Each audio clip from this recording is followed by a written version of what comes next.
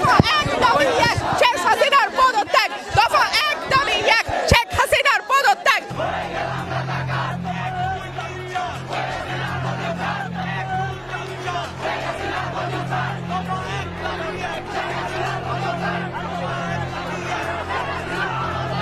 আমি বাংলাদেশের মানুষ, আমি বাংলাদেশের নাগরিক, আমি মুক্তিযোদ্ধা পরিবারের সন্তান।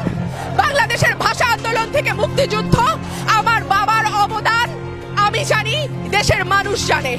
আমি কোনো রাজনৈতিক দল হিসেবে আসি নাই, আমি কোনো গোষ্ঠী হিসেবে আসি নাই, আমি একা এসছি। আমার ভাই বোনরা দেখছে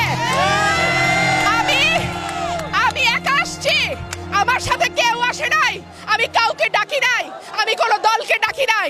আমি রুমিন ফারহানা, আমি বাংলাদেশের মানুষ, আমি আমার এই সন্তানদের সাথে এক